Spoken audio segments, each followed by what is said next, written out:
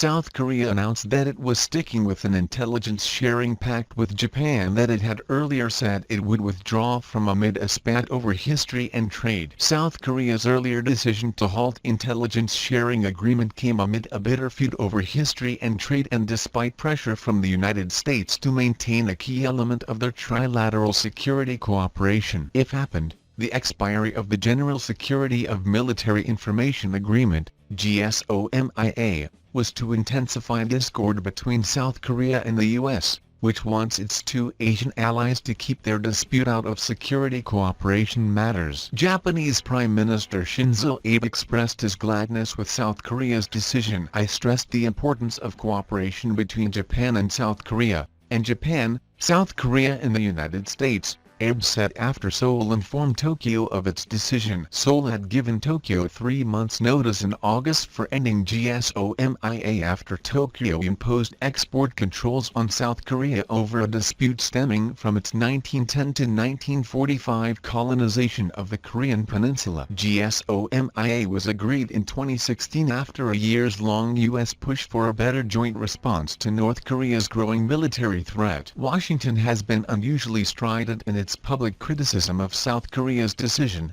which has not been the only source of tension in the relationship. The U.S., South Korea and Japan signed the Trilateral Information Sharing Arrangement, TISA, in 2014, but it is limited to information regarding Pyongyang's nuclear and missile programs. GSOMIA covers broader intelligence. New Zealand to procure 5 C-130J Transport Planes for $1.4 billion. The United States has approved the sale of 5 Lockheed C-130J military transport planes and related equipment to New Zealand for $1.4 billion. The government of New Zealand had requested to buy 5 C-130J aircraft, 24 Rolls-Royce A2100D3 turboprop engines, 15 embedded global positioning systems, 13 large aircraft infrared countermeasures, among many other components. Also included are 8 missile warning systems, 15 countermeasures dispensing systems,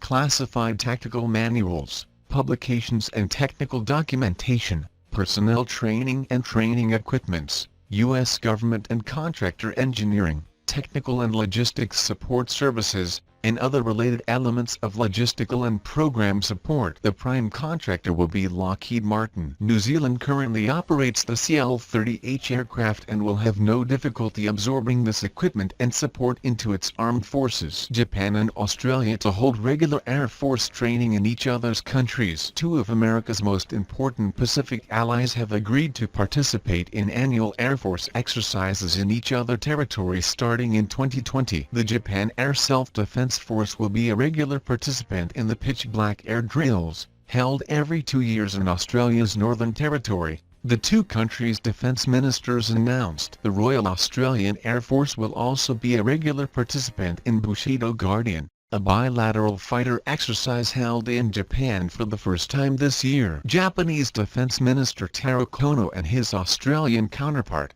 Linda Reynolds, announced the move along with other defense cooperation in a joint statement following Reynolds' first official visit to Tokyo. The ministers said they will accelerate defense cooperation, including in the fields of military exercises, personnel exchanges, space and cyber policy, defense science and technology, the joint statement said. Thanks for watching.